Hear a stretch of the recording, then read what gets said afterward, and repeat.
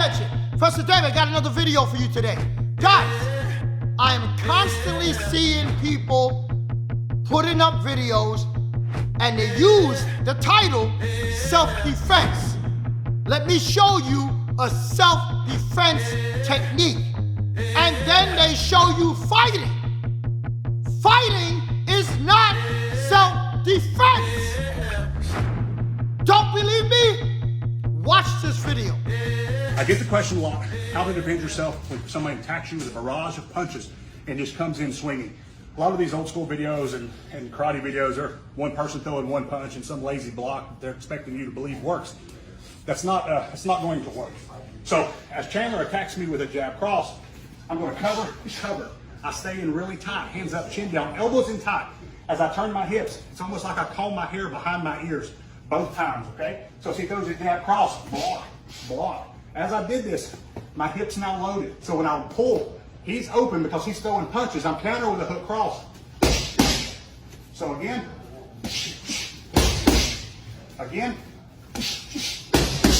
To another level. Okay, you watch the video. Now he's putting out a lot of good content as far as fighting is concerned. Give him credit. He's doing more than most people. He's trying to share, trying to help, trying to educate people. And that's what social media is all about.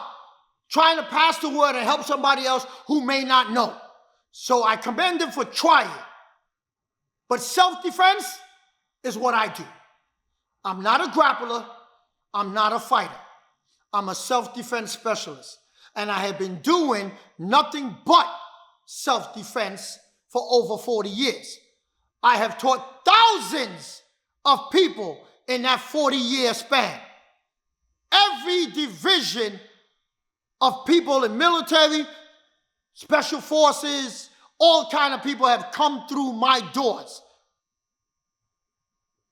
So I know what the hell I am talking about. Every division of law enforcement have come through my doors and I have trained them. In reality-based street self-defense. Watch what I'm talking about. You saw the video. One thing he mentioned was when you see those self-defense guys or karate guys doing a technique off of one blow, one strike, he says that don't work. Okay? Now, it don't work. Is it the best thing to do? I don't know. That depends on how much training you have. Okay? He showed a technique saying that if the man throws the jab, you do this, throws another jab, you do this. And he said when the man throws the jab, make sure your hips are turned this way and your hips are locked in. So when he throws the other jab, you do this, and then you come across with your strikes. Or something to that effect. Okay? He left out one thing. He left out two things. He left out three things. You see? And you're saying, oh, Dave, what the hell are you talking about? One,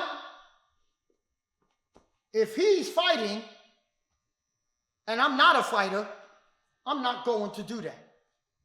We think differently. Once again, self-defense people, self-defense specialists think differently. A combat person, a person who's out in the field, who their life depends on them getting the job done quickly and moving on to the next person, don't think that way. Ask anyone in special forces. Ask anyone who is a mercenary.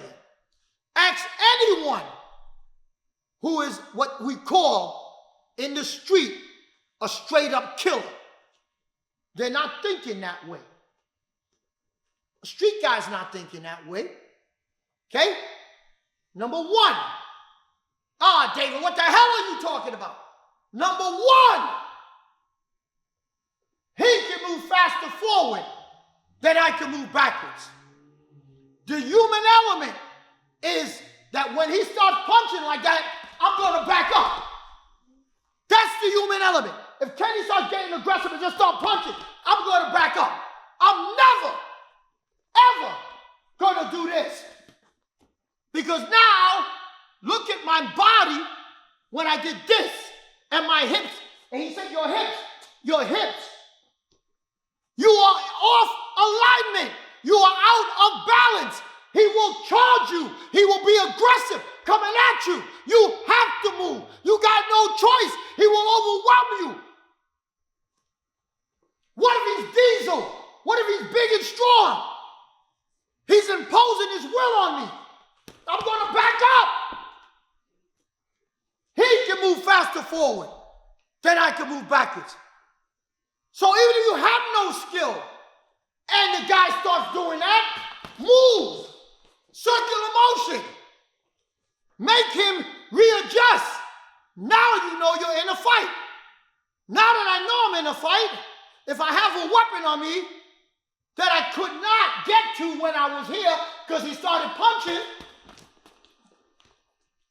if I understand how to move, now I can turn, disengage, pull my blade, pull my knife. Now, does he want to box and fight against a guy with a gun or a knife? Do you? You got to make that decision. You got to make that choice. See? Difference between fighting, self-defense. Another thing is, if I'm a fighter, Kenny, the 3-foot rule. There is something called the 3-foot rule. I got videos on it. I talk about it all the time. You see? When he was making that comment in the video, both of them were in the 3-foot rule. So that's why, get in the 3-foot rule. That's why when you punched, he did this, and then he did this, right? Because they're inside the 3-foot rule, meaning we're close enough to hit each other, to touch each other. I could touch you, and you could touch me. That's called fighting! Not self-defense, damn it! A self-defense practitioner never puts himself inside the 3-foot rule and don't understand he's inside the 3-foot rule. Once you enter the 3-foot rule, your hands better be up in a non-threatening manner. And you better understand the other principles and concepts that go along with that. So now, again, Kenny, please. Strike. I'm outside.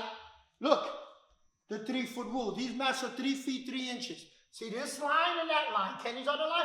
I'm on the line. Throw that again. Do that again, Kenny. Do that again.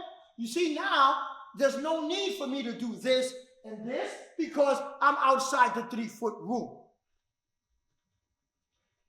Now, Kenny, step into the 3-foot rule. Now I attack him. You see, I attack him.